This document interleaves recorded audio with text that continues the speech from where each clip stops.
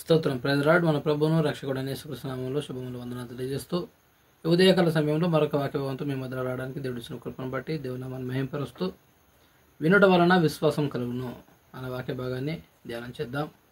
వినుట వలన విశ్వాసం కలుగును అని దేవుని యొక్క వాక్యం సెలవిస్తూ ఉంది.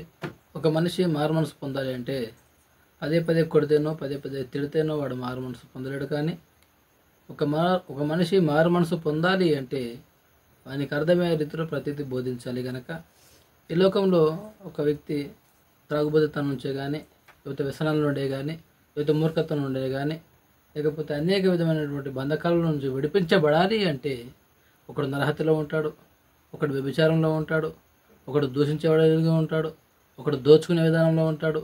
అనేక విధానంలో మనుషులు ఉంటారు. కానీ ఈ లోకంలో ఒక మనుషుడు చెప్పాడంటే ప్రతి మనిషిని వద్ద ఒక మనిషిని చూసి ఒకడు నేర్చుకుని ఉంటున్నారు. కనుక ఈ లోకంలో ఒక మనిషిని బట్టి ఏ మనుషుడు మార్చబడలేడు. కానీ కేవలం యేసుక్రీస్తు మాట ద్వారా మాత్రమే ప్రతి మనిషి మార్పు చెందగలడు. ఎందుకంటే ఆయనే నిత్య జీవం గల వాక్కులు గలవాడు.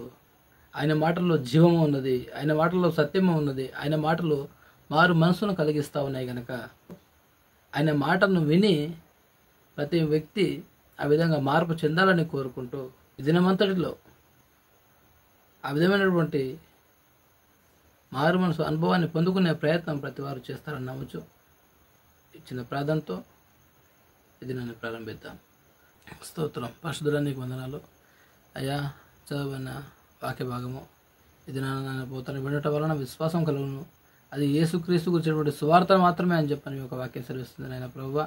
అది రీతిగా నాయన తండ్రి అయ్యా, నీవు పవిత్రుడు, ఏ లోపం లేనివాడు, ఏ దోషం లేనివాడు, అనేకులకు నేను పోతారు మాదిరికరమైన జీవితాన్ని అనేకులను క్షమించగల సిద్ధమర్చగలవాడు. గనక మీ వాక్కు మా హృదయాలను మెప్పిస్తుంది. కనుక తగిన విధంగా మేము మార్పు చెందగలము. అటు మార్పును మీ వాక్యం కలిగిస్తుంది. నీకు స్తోత్రములు. అటు కృపను పోతండి. ఇది నాన్న ప్రతి బిడ్డకు మీరు దయచేయండి. అయ్యా ఇదిగో ఒకడు లోపంలో ఉండి వ్యసనాలలో ఉండి ఇతరుడిని దూషించినప్పుడు అయ్యా అతనికి బుద్ధి చెప్పినప్పుడు ఎవడు వినడు. గనక లోకమంతా అదే రీతిగా ఉంటుంది. కనుక అట్టి విధమైనటువంటి అయ్యా అక్రమాల నుండి, అన్యాయాల నుండి, దూషణ నుండి చేసిన విడుదల కలిగించి మీ చిత్తానుసారంగా ప్రతి బిడ్డ మారు మనసు పొందడం కృప దయచేయమని ప్రార్థిస్తూ, మీ వాక్యం వినటం బట్టి వారి హృదయాలు మార్చుకున్నట్టు కృప దయచేయమని ప్రార్థిస్తూ ఏసైనా మన బట్టి ప్రార్థించి అడిగి వేడుకుంటున్నాను మా తండ్రి. ఆమేన్.